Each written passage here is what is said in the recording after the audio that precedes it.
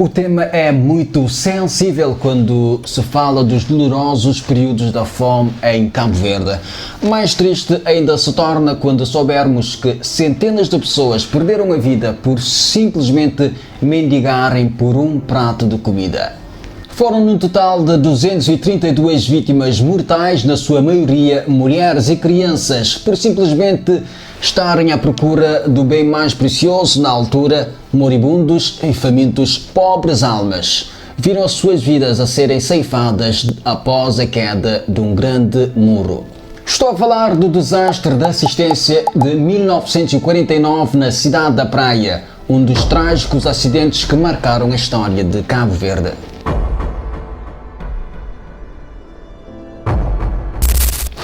Olá, seja bem-vindo, eu sou o João Paulo Gonçalves, eu sou jornalista e aqui vamos conhecer a história de Cabo Verde, da África e do mundo. Antes de mais, vos peço para deixar like na página e também no meu canal do YouTube Nossa História. Comente, partilhe e subscreva para mais vídeos sobre conteúdos como estes. Ora bem, este é um daqueles temas bem tristes, mas que devem ser contados. Devem ser lembrados pelas gerações presentes e futuras para que possamos refletir e ter conhecimento do sofrimento e das várias batalhas do nosso povo pela sobrevivência durante longos anos. Por isso terei todo o prazer em vos contar esta terrível história. Para isso, vamos voltar ao ano de 1949, precisamente no dia 20 de fevereiro. Cabo Verde vivia nesta altura uma época amarga, devastada por sequências de anos de fome. Os efeitos das fomes foram terríveis, que de 1946 a 1948 tiraram a vida das dezenas de milhares de pessoas. Mais de 30 mil vítimas, para ser mais preciso. Esta tragédia está fortemente associada ao período da seca severa que as ilhas de Cabo Verde atravessavam na altura. E, no caso de Santiago, milhares de famintos deslocavam de várias partes do interior para chegarem à cidade da Praia em busca de melhores condições e de um prato de comida para saciar a fome, e chegavam certamente cansadas, devastadas, moribundas, sem forças, mas tinham que fazer isto, tinham que fazer este esforço para matar a fome, para enganar o estômago, num desespero, num marasmo, numa angústia tremenda. E para mitigar a fome, milhares de pessoas deslocavam-se ao bairro da Várzea, onde hoje se encontra o edifício da CV Telecom, para receber os serviços de assistência. Era um prato de sopa diariamente. As pessoas iam para ali, os dados afirmam que praticamente todos os dias chegavam ali cerca de 3 mil pessoas todos os dias. Imagina o caos, imagina o desespero das pessoas, todos a quererem comer, porque a fome castigava e maltratava o estômago naquela altura. Era um prato de sopa diário que o governo oferecia na altura. Essa distribuição era feita durante muito tempo pela repartição das obras públicas do Ministério das Colónias, próximo da delegação marítima. Foi num domingo de 20 de fevereiro, por volta de meio-dia, quando um grande muro de cerca de 7 metros de altura e 30 de comprimento desabou por cima dessas pobres almas famintas em desespero que aguardavam ali pela distribuição de refeições quentes. 232 mortes, ainda algumas fontes afirmam que podem até ser mais, e são cerca de 47 feridos naquele local. Alguns que foram socorridos, levados para o hospital, também não resistiram. Este foi o balanço desta terrível tragédia que, porventura, terá sido um dos catástrofes que mais vidas ceifou no arquipélago de Cabo Verde. Existem documentos que afirmam que o caso ainda poderia ter sido mais grave e poderia ter ceifado mais vítimas, porque a entrega de refeição já estava praticamente no fim e a maioria das pessoas já tinham voltado às suas casas. Portanto, estava lá um pouco número de pessoas naquele momento quando o muro desabou. Durante as minhas pesquisas para vos trazer informações precisas e mais concretas, encontrei um blog muito valioso de Joaquim Faial. Aquela página chama-se Praia de Bote e traz também a notícia sobre o ocorrido. Também narra a história da seguinte forma. Tudo aconteceu de repente. A um grande ruído sucedeu-se o desabamento e consequente soterramento das vítimas. A muralha contígua de 7 metros de altura por 30 de comprimento, incipiente, construída com calhaus rolados, apanhados na costa da ilha, ruíra sobre o telheiro.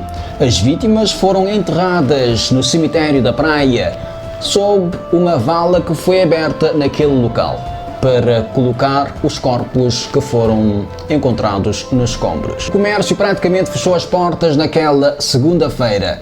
Cabo Verde parou. Um luto intenso. O país inteiro a chorar pelas vítimas, que a maioria eram crianças e mulheres.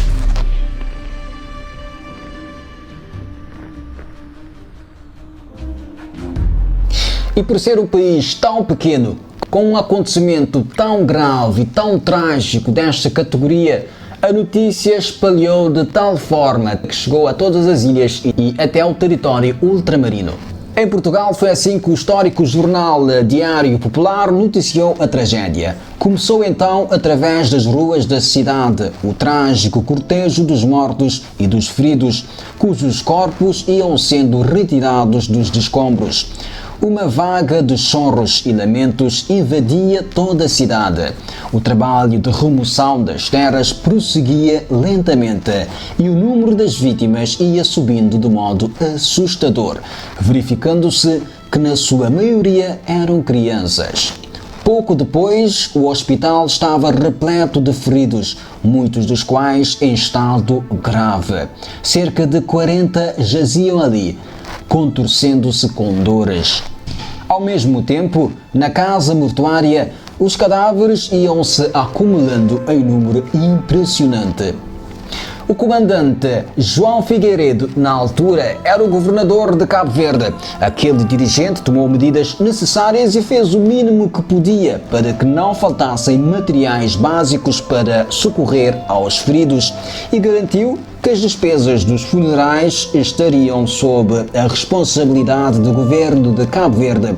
É também muito importante salientar que Cabo Verde, na altura, estava sob o domínio colonial português. Por isso, pertencíamos a Portugal e era este país europeu que geria e administrava esta colónia. E por isso acredita-se que este é um fator que gerou uma onda de censura por parte de Portugal, porque na altura vivia o regime de Estado Novo e a censura era muito forte para tentar proteger Portugal das organizações como ONU e as outras organizações dos direitos humanos.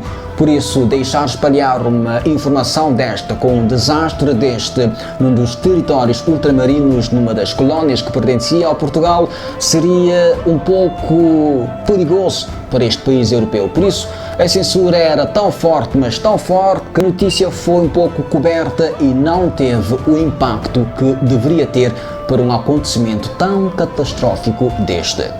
Alguns especialistas acreditam que houve uma pequena fuga de informações e essa notícia poderia ter escapado por alguma distração à censura do regime colonial. Eventualmente terão estado mais atentos nos dias seguintes, já que o desastre não voltou a ser mencionado por aquele diário lisboeta. Por isso, a notícia não teve um real impacto mediático como merecia. Estes e outros acontecimentos, como o facto do desastre ter sido objeto de uma premeditada censura política pelo Estado Novo, precisam ser trazidos à luz nos nossos dias, conforme defende António Correia Silva. Os jornais foram impedidos de reportar o evento na sua plenitude e na sua verdade. Diria que, com a queda do muro da assistência, se ergueu um muro de silêncio. Estas foram as afirmações do historiador António Correia Silva. Ele ainda acreditou e também justificou este caso, alegando que o muro caiu na praia no momento em que o mundo vivia o pós-Segunda Guerra Mundial, marcado pela derrota do fascismo e do nazismo, pela criação da ONU, que quer logo ter informações de territórios sobre tutela colonial pela Declaração Universal dos Direitos Humanos. Naquele novo contexto, outro desastre deste tipo seria catastrófico para o colonialismo português, que procurava resistir à nova ordem mundial saída da última guerra. Quanto às causas deste catástrofe, ainda há dados para esclarecer. Várias investigações e questões foram levantadas, mas sem nenhum sucesso. Este acontecimento trágico trouxe uma onda de solidariedade gerada fortemente não só na cidade da Praia, não só em Cabo Verde, mas também em todo o território colonial da África. E quando se fala de colónias portuguesas na África, estamos a falar de Angola, Guiné-Bissau, São Tomé e Príncipe e Moçambique. Para além disso, criaram uma comissão para angariar fundos para promover a utilização desse fundo na ajuda às vítimas deste desastre. Começaram a chegar apoios de vários lugares, especialmente das outras colónias portuguesas em África. Algumas pesquisas dão conta que a quantia foi usada na construção das primeiras casas num emblemático bairro da capital cabo-verdiana, conhecido como bairro Craveiro Lopes, e as primeiras casas foram habitadas pelos familiares das vítimas. Em gesto de homenagem às vítimas, foi construído um monumento junto à rampa de São Januário, na zona de Gamboa, que liga à Avenida dos Combatentes da Liberdade da Pátria, a poucos metros do local onde se deu a tragédia, ali na rotunda, que dá acesso à subida de platô. Portanto, já sabe, quando for para este local e ver aquele monumento naquela rotunda, pode-se lembrar que ali foi erguido para refletir em memória das vítimas de 20 de fevereiro de 1949. E ali está o monumento às vítimas da fome e do desastre da assistência de 1949. A obra é da autoria do arquiteto Carlos Hammelberg e foi inaugurada a 8 de março de 2006. As 3 barras de ferro simbolizam a família e as 47 argolas simbolizam as 47 vítimas que sobreviveram.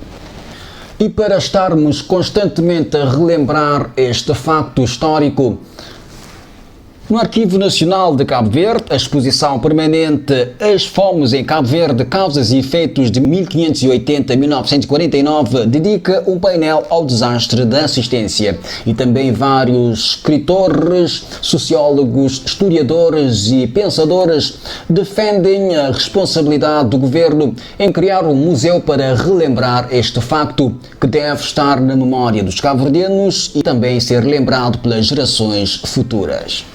E para relembrar e refletir sobre esta data trágica, vários esforços têm sido feitos. Para além dos blogs, também há até músicas a falarem deste acontecimento. Mas também existe um documentário, Os 47 Depoimentos que Ficam, que explora a tragédia da fome em Cabo Verde nos anos 40, de Artemisa Ferreira.